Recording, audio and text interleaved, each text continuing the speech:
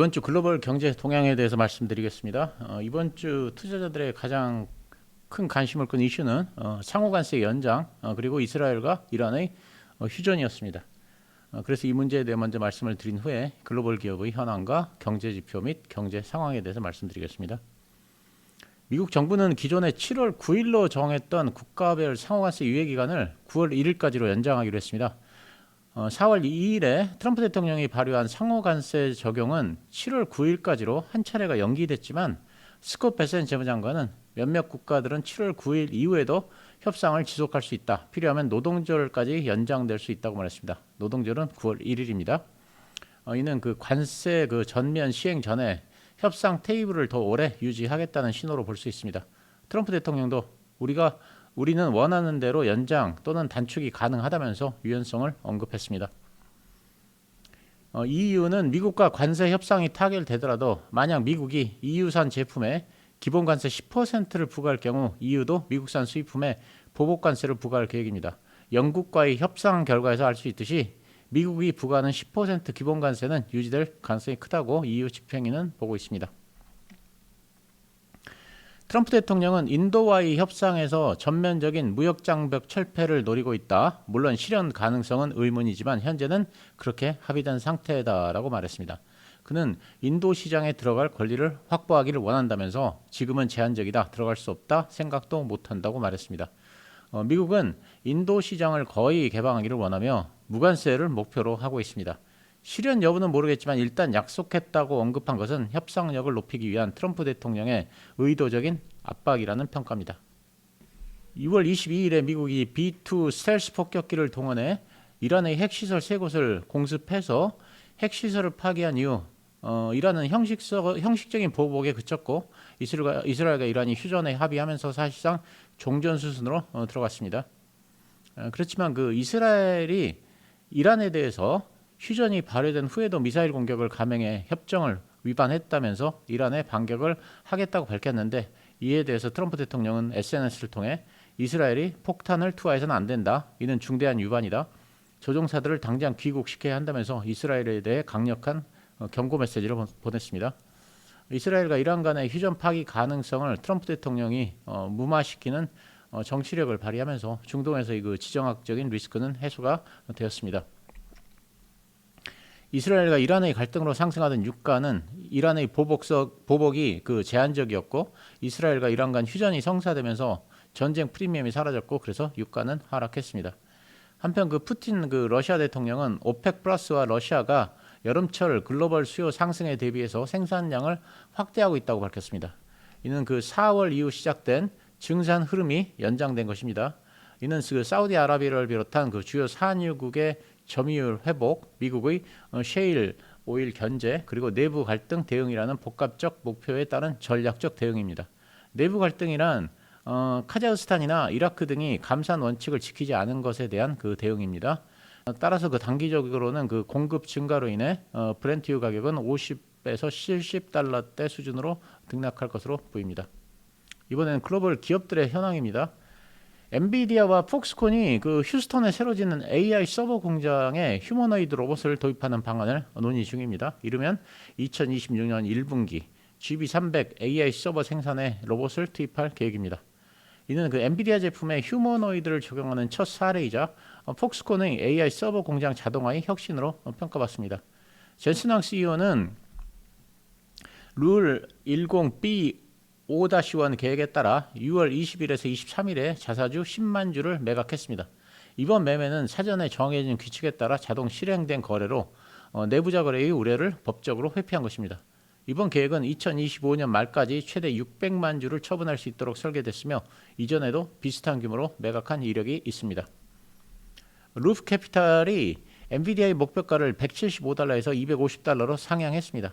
하이퍼스케일러 관련 컴퓨팅 매출이 2028년까지 연간 2조 달러에 이를 것으로 전망했는데 엔비디아가 AI 칩 공급 시장에서 사실상 독점 구조를 형성했다고 판단했습니다.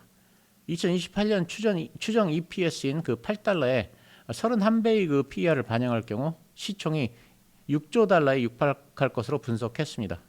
또한 블랙엘 관련 수요 확대에 따라 추가 상승 여력이 있다고도 판단했습니다. 이의 영향으로 엔비디아의 주가가 상승하며 시가총액 1위 자리를 탈환했습니다. 텍사스 어스틴에서 테슬라가 로보택시 서비스를 성공적으로 출시했습니다. 모델 Y가 그 제한된 구역에서 운행됐는데 이용자와 애널리스트 그리고 인플루언서의 반응이 긍정적이었습니다. 웨드부시의 그 댄 아이브스는 로보택시를 여러 번 타봤다면서 긍정적인 후기를 남겼고 머스크는 SNS에 Super Smooth Experience, The Future is Here, 주행이 아주 매끄러웠다, 미래가 여기에 있다라고 했습니다. 그렇지만 그 UBS 등 일부 기관은 로보택시 기대가 이미 주가에 충분히 반영됐다면서 매도 의견을 유지하고 있습니다. 그렇지만 그 시범 운행 중에 그 로보택시가 중앙선 침범, 불법 차선 변경 등 주행 오류를 보이는 영상이 다수가 공개됐습니다. 미국의 그 도로교통안전국이 테슬라의 해당 영상과 사고 관련 자료 제출을 요구했으며 이는 그 잠재적 안전 결함 조사를 위한 예비 단계입니다. 법적으로 도로교통안전국은 사전 승인을 하지는 않지만 운행 중에 결함이 발견되면 리콜 명령이나 기술 수정 요구 등 강제 조치를 내릴 수 있습니다. 테슬라의 5월 유럽 내 신차 등록은 13,863대로 전년 동기 대비 27.9%가 감소했습니다. 이는 5개월 연속 감소세이며 유럽 전체의 전기차 등록이 27.2%가 증가한 것과 대비됩니다. 또한 그 유럽 내 점유율은 전년 동기의 1.8%에서 이번에는 1.2%로 하락했습니다. 독일에서는 36%가 감소했고 영국에서도 45%나 감소했는데 감소 원인으로는 모델의 구형화, 정치율 리스크, 그리고 비아디 등 중국계와 그리고 유럽 제조사들의 공격적 전기차 라인업 확대를 들 수가 있습니다. 벤치마크는 테슬라의 목표가를 395달러에서 475달러로 상향했고 매수 등급을 유지했습니다. 테슬라를 전기차 회사로만 보는 건 이미 지난 시각이고 이제는 단순한 전기차 회사를 넘어 자동화 및 로봇 기술 기업으로 진화하고 있다는 것입니다. 애플 주주들이 시리와 애플 인텔리전스 관련 AI 기능 통합 지연에 대해 소송을 제기했습니다. 이들은 그 AI 기능이 아이폰 그 16에 곧 적용될 것처럼 호도했으며 이로 인해서 주가가 25%가량 하락했다면서 손실을 봤다는 것입니다. 블룸버그는 애플이 AI 검색 스타트업 퍼플렉시티의 인수를 내부적으로 논의 중이라고 보도했습니다. 논의는 아직 초기 단계이며 정식 제안이나 퍼플렉시티 경영진과 협의는 이루어지지 않은 상태입니다.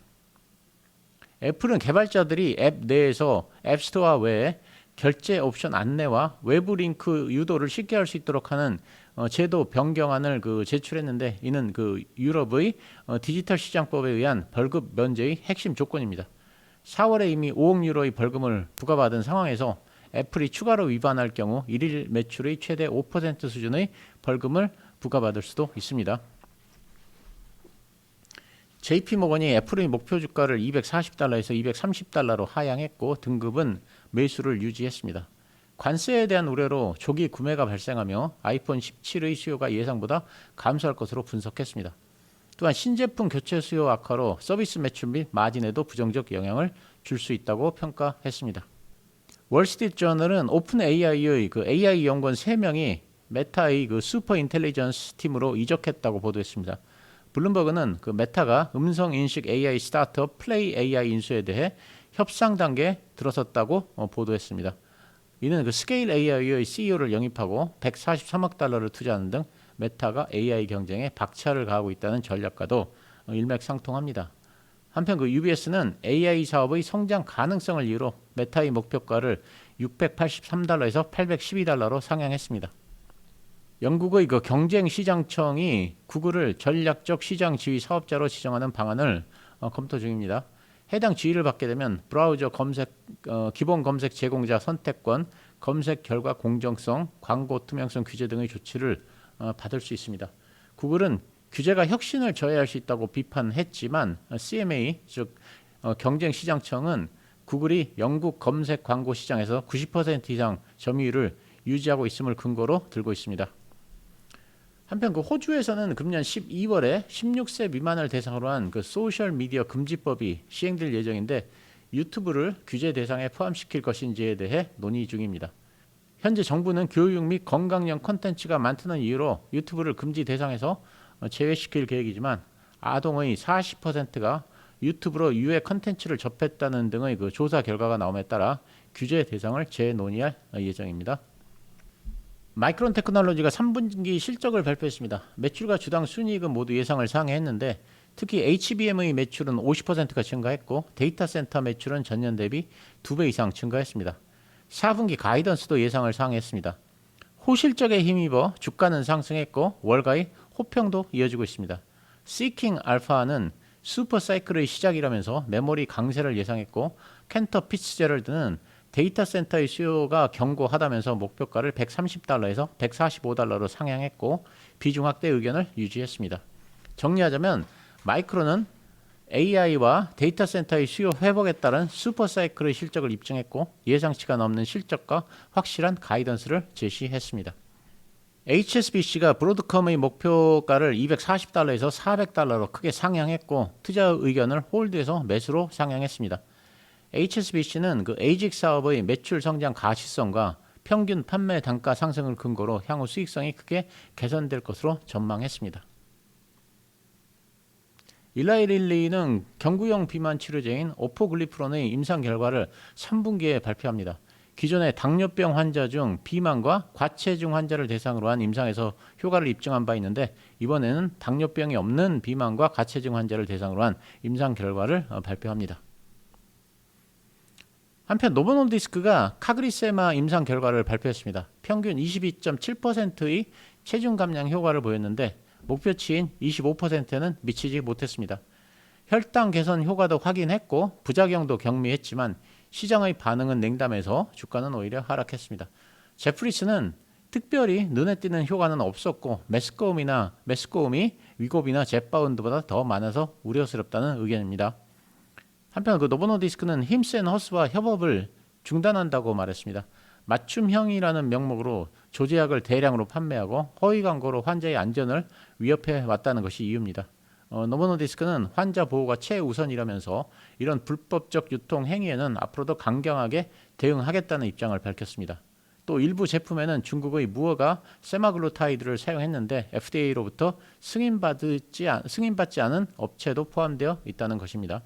코인베이스가 그 룩셈부르크 금융당국으로부터 암호자산시장법에 따른 라이선스를 획득했습니다. 이번 인가로 코인베이스는 암호자산시장법에 따라 EU의 전면 인가를 받은 첫 번째 미국 거래소가 됐습니다. 이 라이선스를 바탕으로 EU의 27개 회원국 전역에서 서비스가 가능해졌습니다.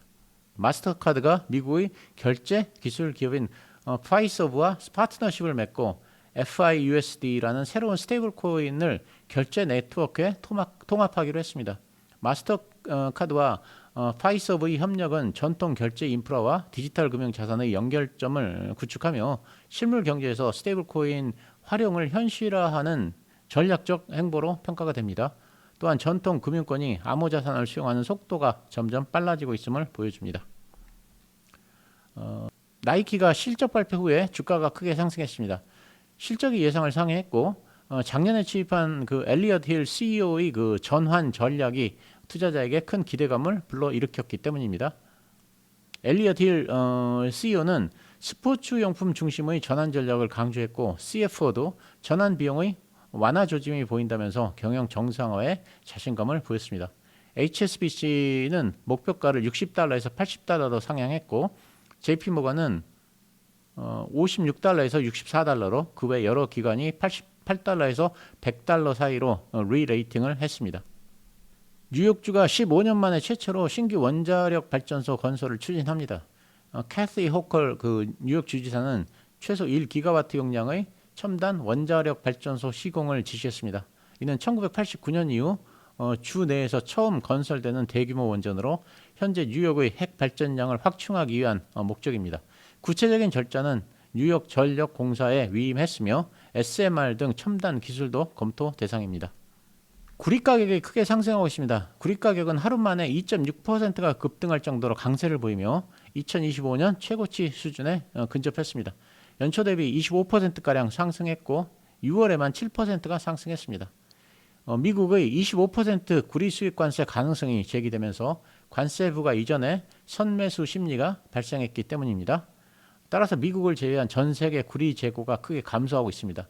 골드만삭스는 8월에 구리가 최고점을 경신할 것으로 예상했습니다. 이번에는 이 글로벌 경제 관련입니다. 많은 연준 위원들의 발언이 있었지만 가장 관심을 끈 사람은 미셸 보우만 연준 부의장이었습니다. 보우만 부의장은 물가 압력이 완화되거나 노동시장이 약화될 경우 7월 회의에서 금리 인하를 고려할 수 있다고 말했습니다. 그녀는 그 트럼프발 관세로 인한 물가 상승은 제한적이며 향후 인플레이션은 안정될 것으로 판단했습니다. 보우만 부의장의 이 같은 발언은 지난주에 그 크리스토퍼 월러 이사 등과 함께 7월 금리 인하 가능성을 언급한 것으로 점점 확산이 되는 금리 인하의 분위기를 반영하고 있습니다. 한편 그 파월 의장이 하원 청문회에 참석해서 7월 금리 인하 가능성에 대해 인플레가 계속 억제된다면 조기 금리 인하가 가능하다라면서 금리 인하의 가능성은 열어뒀지만 특정 월을 지정하지는 않는다면서 신중한 접근을 강조했습니다. 파월 의장은 올여름 관세가 인플레이션을 밀어올릴 가능성을 지적하면서 금리 결정은 관세 및 물가 영향 자료가 나올 때까지 보류될 것이라고 설명했습니다. 또한 정책은 정치적 압력이 아닌 데이터를 기반으로 결정된다면서 연준의 독립성을 재차 강조했습니다. 노동시장은 견조하며 고용과 소비는 강한 상태라고 평가했지만 인플레이션이 2% 목표를 약간 상회하고 있어 균형 있는 정책 기조를 유지할 것이라고 밝혔습니다. 결론적으로 파월 의장은 7월 인하 가능성을 배제하지는 않지만 관세와 물가 데이터와 전망을 면밀하게 평가한 후 특정 시기를 결정하겠다는 입장을 명확히 했습니다. 트럼프 대통령은 파월 연준 의장에 대해 끔찍하다라고 강하게 비판하며 다음 연준 의장으로 3, 4명을 염두에 두고 있다고 밝혔습니다. 후보군에는 크리스토퍼 월러 전 연준이사, 케빈 워시 전 연준이사, 베센 재무장관, 케빈 에셋 경제 고문 등이 거론됩니다. 월스트리트 저널도 트럼프 대통령이 파월 연준 의장의 임기 만료인 내년 5월보다 앞당겨 후임 인선을 발표할 수 있다고 보도했습니다. 이는 그 파월 의장의 영향력을 약화시키고 새로운 그 지명자가 그림자 의장처럼 조기에 시장을 향해 신호를 줄 수 있다는 전략입니다. 그렇지만 연준의 의사결정은 FOMC의 그 합의에 기반하기 때문에 단일 인사의 영향력은 제한적이라는 시각도 있습니다. 한편 백악관은 이 기사에 대해 연준 의장의 후임 결정이 아직 임박하지 않았다고 말했습니다. 연준이 ESLR의 완화를 제한하고 60일간의 의견 수렴을 시작했습니다. 하원에 이어 상원에 참석한 파월 의장은 시스템 내 안전자산 비중의 증가로 ESLR이 과도하게 제약적이 됐다면서 국채 보유 부담 완화가 목적이라는 점을 강조했습니다. 연준의 제안은 지주회사 기준 ESLR은 5%에서 3.5에서 4.5%로 자회사 기준으로는 6%에서 3.5%에서 4.5%로 하향 조정하는 그 방안인데 대형 은행들이 미국 국채를 더 많이 매입하도록 유도함으로써 국채 시장의 유동성 및 금리 안정에 기여할 수 있다는 전망입니다. 그렇지만 그 ESLR의 완화가 실제 수요를 촉진하기보다는 리스크 추구나 배당에 사용할 가능성이 있다는 우려도 제기됩니다. ESLR은 은행이 보유한 총 자산 대비 자기 자본 비율을 말합니다. 분모의 그 총 자산은 위험 여부와 관계없이 모든 자산을 포함합니다. 그러니까 은행이 얼마나 레버리지를 과도하게 사용하는지를 단순하게 측정하는 기준입니다. 미국 상무부는 1분기 GDP 확장치가 전년 동기 대비 마이너스 0.5%로 집계됐다고 발표했습니다. 이는 장정치인 마이너스 0.2%보다 0.3포인트 하락한 수치입니다. 트럼프 관세 부과 이전에 수입을 대거 늘리면서 GDP 수치에서 순수입 항목이 크게 증가했습니다. 1분기 수입은 전년 대비 약 38%가 급등해서 GDP 수치에서 4.6%를 끌어내리는 요인이었습니다. 그렇지만 이 지표들은 관세 정책에 따른 일시적 왜곡일 가능성이 높으므로 장기적인 경제 구조 변화는 아닐 수가 있습니다. 관세 전 수입 폭증이 주요 원인인 만큼 2분기 이후의 그 진짜 회복력을 지켜봐야 한다는 분석이 지배적입니다. 컨퍼런스 보드에서 집계한 6월 소비자 신뢰 지수는 93.0으로 집계됐으며 이는 5월의 98.4에서 5.4포인트가 하락했고 예상치인 100.0을 크게 밑도는 수치입니다. 특히 그 관세와 물가 상승에 대한 불안이 소비 심리를 압박하는 핵심 요인이 되고 있습니다. 결국 소비자들이 소비 활동을 둔화하는 경향이 나타나면서 하반기에 부담으로 작용할 수 있고 경기 및 소비 위축에 대한 우려가 커지고 있습니다. 신규 실업수당 청구 건수는 23만 6천 건으로 전주 대비 만 건이 감소했는데 이는 예상치인 24만 5천 건을 하회하는 수치입니다. 2주 이상 실업수당을 청구하는 계속 실업수당 청구 건수는 197만 4천 건으로 전주보다 3만 7천 건이 증가했는데 이는 2021년 11월 이후 최고치에 해당됩니다. 4주 평균도 역시 최고치입니다. 계속 청구 건수의 급증은 채용이 둔함에 따라 퇴사 후에 재취업되지 못한 사람이 늘어나고 있음을 시사합니다.